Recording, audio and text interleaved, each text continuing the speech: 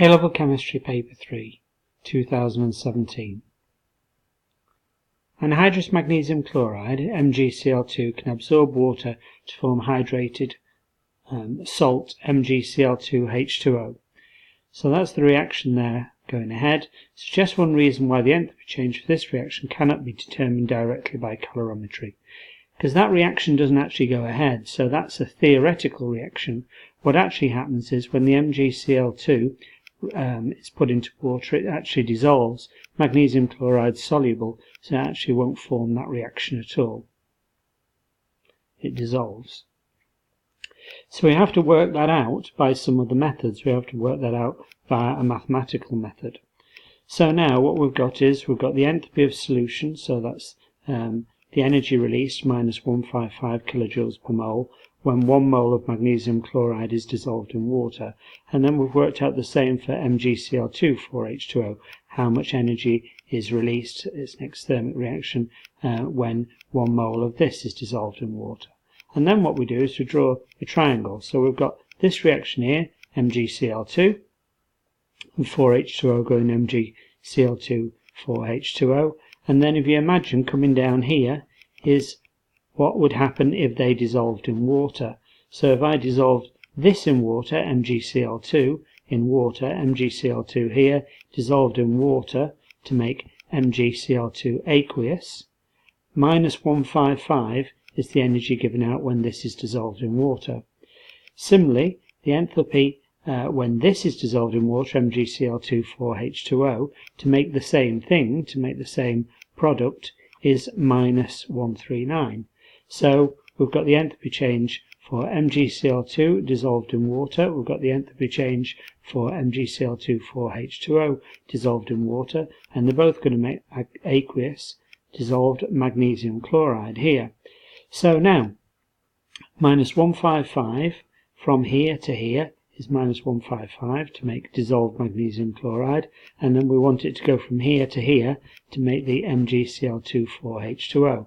So I need to reverse this sign. So my enthalpy change is minus 155, not minus 39, but to come round from here to here and here to here to equal this enthalpy is plus 39. So your answer is minus 155 plus 39 is 116 kilojoules per mole. Describe how you would carry out an experiment to determine the enthalpy of solution of anhydrous magnesium chloride. You should use about 0.8 grams of anhydrous magnesium chloride. Explain how you could use your results to calculate the enthalpy of solution. So first of all, you've got to measure out an amount of water. Let's say it's 100 centimetre cubed of water. That's a good amount to use, because when we use Q, or delta H equals minus MC delta T in a little while, then that's the mass of water that you have. So M, the mass of water, is going to be 100. So I've measured out 100 centimetres cubed of water into a measuring cylinder. I'm going to have an insulated cup, so something like a polystyrene cup or an insulated beaker would be fine, so that I don't have any heat loss. And then I'm going to measure out my 0.8 grams of anhydrous magnesium chloride.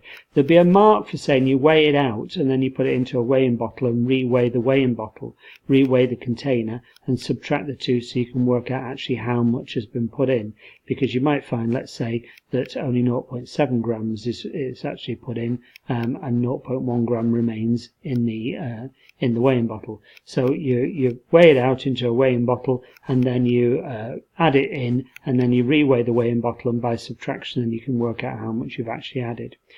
You then record the initial temperature for 3 minutes, and then on the 4th minute you add the magnesium chloride to the water. You could stir it and then record the temperature every minute for about 5 minutes or more, and plot the temperature against time. And what you're going to find is that there's no change, or very little change, in the temperature, and then all of a sudden it will shoot up and then come back down again. So it'll shoot up because it's an exothermic reaction, and then as the reaction's over, the contents of the beaker will start to cool. You extrapolate the two lines back to the 4th minute, and you measure the change in temperature.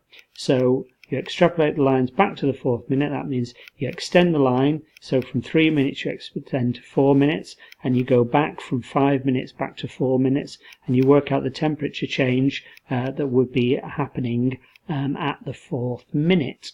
When you've got the temperature change here, you've got the enthalpy change, you've got the mass, which is 100 centimeters cubed, assuming that we've got water is 1 gram per centimeter cubed, that's its density, that's 100 grams, and therefore you can work out Q. Then to work out delta H, well, you've got to work out how much of this you've got in terms of moles. So you take the mass that you've added divided by the MR, and we could even work out the MR of magnesium chloride at 95.3. We've got 8.39 times 10 to the minus 3 moles. So I've worked out moles as mass over MR. I know that's the number of moles that I've got. I've got to take the enthalpy change, Q, and I have to multiply it up to work out what the enthalpy change would be if I had 1 mole instead.